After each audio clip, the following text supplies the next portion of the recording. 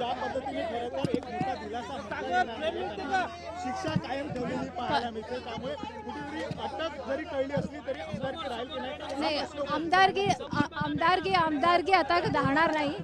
आणि कारण की बेल जरी मिटली असेल तरी सुद्धा कन्व्हिक्शन त्यांना अपडले. काय झालं नेमकं आज कोर्टामध्ये? ओके ओके ओके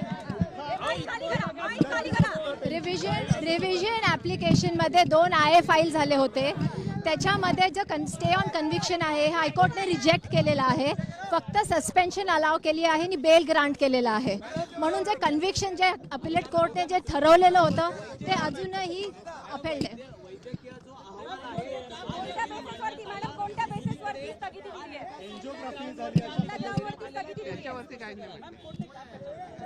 हे बघा, थोडक्यात कोर्टाने एवढंच सांगितलेलं आहे की जी कन्व्हिक्शन अपिलेट कोर्टाने दिली आहे नाशिक कोर्टाने 16 तारखेला, त्याच्यावर त्यांनी ते जे स्टे आहे तो दिलेला नाही आहे.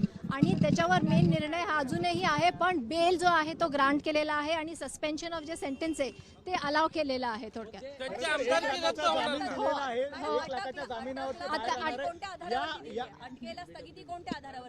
नाही, जे काही आर्ग्युमेंट्स तिथे केलेत आणि जे एव्हिडन्स त्यांनी दाखवले त्याच्यात काही शॉर्टकमिंग्स वगैरे इत्यादी या सगळ्या गोष्टी कन्सिडर केल्यानंतरच त्यांनी बेल दिली आहे. पण कन्व्हिक्शन जी आहे ती अजूनही कोर्टाने त्याच्यावर असं म्हटलेलं नाही की खालच्या कोर्टाने जे निर्णय दिलाय तो चुकीचा आहे, असं काही हायकोर्टातून आलेलं नाही आहे. अजून तारीख आली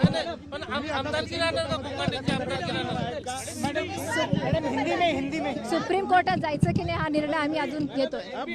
तुम्हाला वाटत होईल अशा आता मी हिंदीमध्ये सांगते.